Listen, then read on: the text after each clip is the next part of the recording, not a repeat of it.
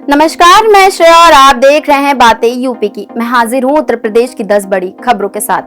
जल शक्ति मंत्री स्वतंत्र देव सिंह ने महाकुंभ मेला क्षेत्र में स्वच्छ सुजल गांव का उद्घाटन किया, जो जल जीवन मिशन की सफलता को प्रदर्शित करता है। 40,000 वर्ग मीटर में फैले इस गांव में जल जीवन मिशन के प्रभाव विशेषकर बुंदेलखंड क्षेत्र में दर्शाया गया है। मंत्री ने डिजिटल गेम जोन का आनंद लिया, जिसमें स्वच्छ पेयजल के लाभों को दिखाया गया।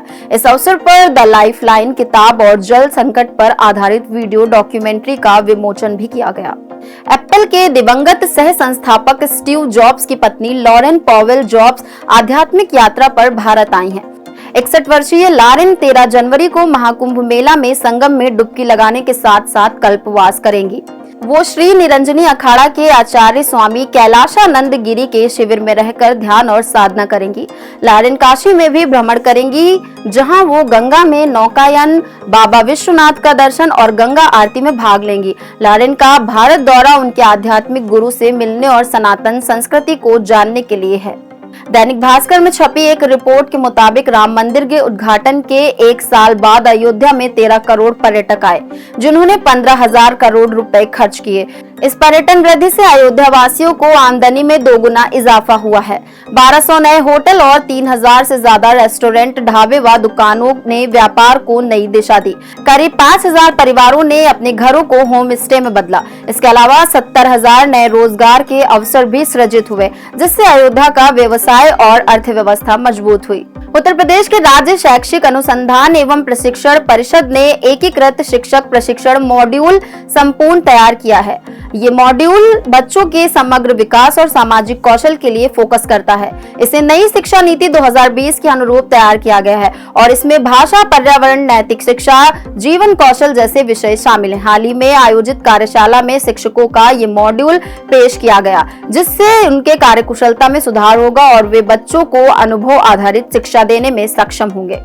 इसी के साथ अब बढ़ते हैं अगली खबर की ओर। उत्तर प्रदेश में मौसम विज्ञान विभाग ने शनिवार और रविवार को 36 जिलों में गरज चमक के साथ बारिश और बिजली गिरने का अलर्ट जारी किया। पश्चिमी विक्षोभ के प्रभाव से ये बारिश होगी, जिसके बाद कोहरा और सर्दी में इजाफा होगा। अयोध्या में 4 डिग्री सेल्सियस के साथ सबसे ठंडा दिन दर्ज किया गया। लखनऊ में भी कड़ाके की ठंड और हल्की बारिश के आसार हैं। मौसम विभाग ने बताया कि बारिश के बाद ठंड में तीव्रता बढ़ेगी और कई क्षेत्रों में घना कोहरा भी रहेगा। अयोध्या में रामलला की प्राण प्रतिष्ठा की पहली वर्षगांठ पर उत्सव शुरू हो गया। पंडित चिदंबरम ने 10 वर्षों तक अनवरत राम तारक मंत्र का 6 करोड़ जप कर राम यंत्र को सिद्ध किया। उन्होंने बताया कि इस यंत्र पर रामलला की प्राण प्रतिष्ठा हुई, जिससे मूर्ति को मंत्र और यंत्र से शक्ति मिली। पंडित चिदंबरम, जो इस समय काशी में काशी सेवन कर रहे हैं, ने राम मंदिर निर्माण से पहले मंत्र जप का कार्य शुरू किया था। उनके द्वारा सिद्ध किए गए यंत्रों को मंदिर में पूजा के लिए सौंपा गया। 12 जनवरी से महायोगी गोरखनाथ विश्वविद्यालय में 3 दिवसीय अंतर्राष्ट्रीय संगोष्ठी का आयोजन होगा। इस संगोष्ठी में आयुर्वेद, योग और नाथ पंथ के पारस्परिक संबंधों पर चर्चा की जाएगी। उत्तर प्रदेश के मुख्यमंत्री योगी आदित्यनाथ 13 जनवरी को विशेष व्याख्यान देंगे। संगोष्ठी में कुल 5 वैज्ञानिक सत्र भी होंगे, जिसमें देश विदेश के विशेषज्ञों द्वारा आरोग्यता के विविध पहलुओं पर चर्चा की जाएगी। प्रमुख अतिथि के रूप में इजराइल और श्रीलंका के आयुर्वेद विशेषज्ञ भी उपस्थित रहेंगे। समापन 14 जनवरी को होगा। कन्नौज रेलवे स्टेशन पर निर्माणाधीन 2 मंजिला बिल्डिंग का लिंटर गिरने से 40 से ज्यादा मजदूर मलबे में दब गए। 21 घायल हो गए, जिनमें से 3 को कानपुर रेफर किया गया। हादसा शनिवार सुबह हुआ, जब लिंटर डालने का काम चल रहा था। रेस्क्यू ऑपरेशन जारी है, जिसमें 1 जेसीबी और 3 फायर ब्रिगेड की गाड़ियां जुटी हैं। मुख्यमंत्री योगी ने राहत कार्य में तेजी लाने के निर्देश दिए हैं। घटनास्थल पर जिला प्रशासन और पुलिस अधिकारी मौजूद हैं। लखनऊ में शनिवार को डिप्टी सीएम ब्रजेश पाठक ने 146.344 करोड़ की लागत से बनने वाली परियोजनाओं का शिलान्यास किया और 12.373 करोड़ की परियोजनाओं का लोकार्पण किया। इस अवसर पर उन्होंने कहा कि इन परियोजनाओं से क्षेत्र में चिकित्सा सुविधाएं बेहतर होंगी और जन जन तक स्वास्थ्य सेवाएं पहुंचेंगी। 146 करोड़ की लागत से बनने वाली परियोजनाओं में महोबा में नए अस्पताल, ट्रामा सेंटर और विभिन्न सामुदायिक स्वास्थ्य केंद्र शामिल है। इस मौके पर विधायक ओपी श्रीवास्तव और चिकित्सा स्वास्थ्य विभाग के अधिकारी भी उपस्थित रहे।